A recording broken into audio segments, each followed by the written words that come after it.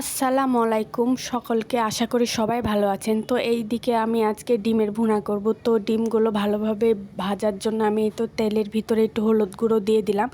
এতে কি হয়, ডিমের কালারটা অনেক সুন্দর আসে, একবারে লাল লাল কালার আসে। তো এই তো আমি ডিমগুলো ভেজে নিচ্ছি, আর ডিমগুলো আমি একটু ছুন্নি দিয়ে ফুটো করে নিলাম, না হলে অনেক ফুটে মানে তেল ছিটকে গায়ে পড়ে। তো এই দিকে আমার ডিম ভাজাও প্রায় শেষ। আর এই ডিমের রান্নাটা আমার বড় ছেলের অনেক পছন্দ, তার জন্য এই রান্নাটা করা। তো আজ বলছে আম্মু একটু ডিম রান্না করে দাও, তো তার জন্য ডিমটা রান্না করে দিলাম। আর বাচ্চারা কিছু খেতে চাইলে না দিলে মনটা কেমন জানি করে ওঠে। তো এদিকে আমার সব ডিম ভাজা শেষ, আর এইদিকে আর একটু তেল দিয়ে দিলাম।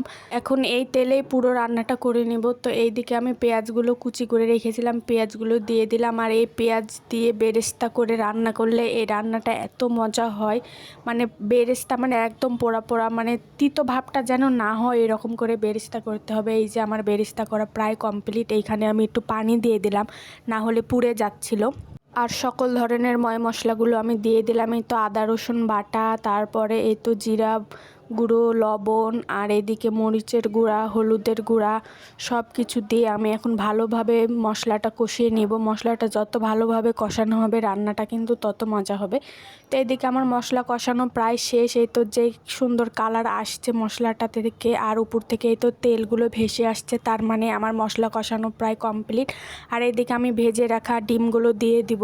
আর ডিম দিয়ে তো তেমন কষানোর কোনো কিছুই নেই, কারণ ডিম আগে থেকে যেহেতু ভাজা আর সেদ্ধ করা। আমি শুধু একটু নেড়ে পানি দিয়ে দেবো ঝোলের জন্য পরিমাণ মতো। তো আজকে যেহেতু একটাই তরকারি রান্না করব, সেই জন্য একটু ডিমে আজকে ঝোল দিব, না হলে আমি এই রকম করেই শুকনো করে ডিমটা রেখে দিই, এটাও খেতে অনেক মজা লাগে।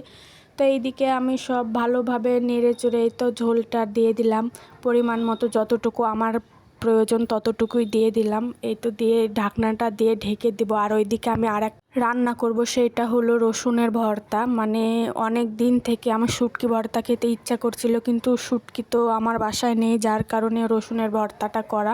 আর এই ভর্তাটা খেতে আমার এত পরিমাণে মজা লাগে। সব কিছু আগে ভালোভাবে ভেজে নিতে হবে। এই তো আমি সব কিছু রসুনটা আর পেঁয়াজটা ভালোভাবে ভেজে এই তো আমি যতটুকু পরিমাণে ঝাল খেতে পারবো ততটুকুই আমি মরিচটা দিয়েছি। আর এইদিকে আমার ডিমের রান্নাটাও প্রায় কমপ্লিট, এইদিকে ঝোলে বলক উঠে গেছে।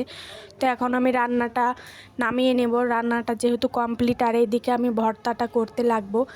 মানে একটা কাজ করতে করতে আর একটা কাজ কেন জানি হয়ে ওঠে না, যার জন্য পারাপারি করা। আর এই তো আমি এইটা বেটে নিচ্ছি সুন্দরভাবে। আর রসুনগুলো এত পরিমাণে সিদ্ধ হয়ে গেছে, মানে অনেক সুন্দর সিদ্ধ হয়ে গেছে। তো এইগুলো এক সাইডে রেখে এখন আমি মরিচটা দিয়ে দেবো। মরিচটা পরে দিলে কি হয়, মরিচটা নরম হয়ে যায়, যার কারণে আমি মরিচটা দিয়ে দিলাম। আর এই ভর্তাটা করলে এতই মজা লাগে খেতে, মানে গরম ভাত দিয়ে তো এক থালা ভাত নিমিশে এই ভর্তাটা দিয়ে খাওয়া হয়ে যাবে। তো এই ভর্তাটা করতে আমার এত সময় লেগে গেছিলো, মানে সবগুলো একে একে ভেজে তারপরে সবগুলো ভালোভাবে ভেজে তারপরে এই তো ভর্তাটা করতে আমার অনেক প্রায় সময় নষ্ট হয়ে গেছে। যাই হোক, কোনো ব্যাপার না, পছন্দের একটা জিনিস খেতে হলে তো কষ্ট করাই লাগবে। আর যেহেতু ভর্তা প্রেমিক মানুষদের জন্য তো এটা কিছুই না।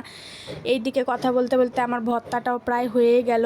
আর এই ভর্তাটা আমি কিন্তু ইচ্ছা করে বেশি বেশি করে ঝাল দিয়েছি, কারণ আমার সর্দি। আর এই সময় যদি ঝাল ঝাল ভর্তা খাওয়া যায় তাহলে তো তার মজাই আলাদা, যার কারণে আমি একটু বেশি পরিমাণে একটু ঝালটা ব্যবহার করেছিলাম। আর এই তো আমার ভর্তাটা হয়ে গেল। আর এই থালাতে আমি এখন একটু গরম ভাত নিয়ে নেব। এইটার যে পরিমাণে টেস্ট সেইটা শুধু ভর্তা লাভাররাই বুঝতে পারবে। তো এই তো আমার ভর্তার কালারটা মাশাআল্লাহ অনেক সুন্দর আসছে। আর এখানে আমি অল্প পরিমাণে ভাত নিয়ে নিলাম। এই ভর্তা দিয়ে তো মনে হয় 2 থালা ভাত খেয়ে নেওয়া যাবে। যাই হোক, আমি একজন ভর্তা লাভার।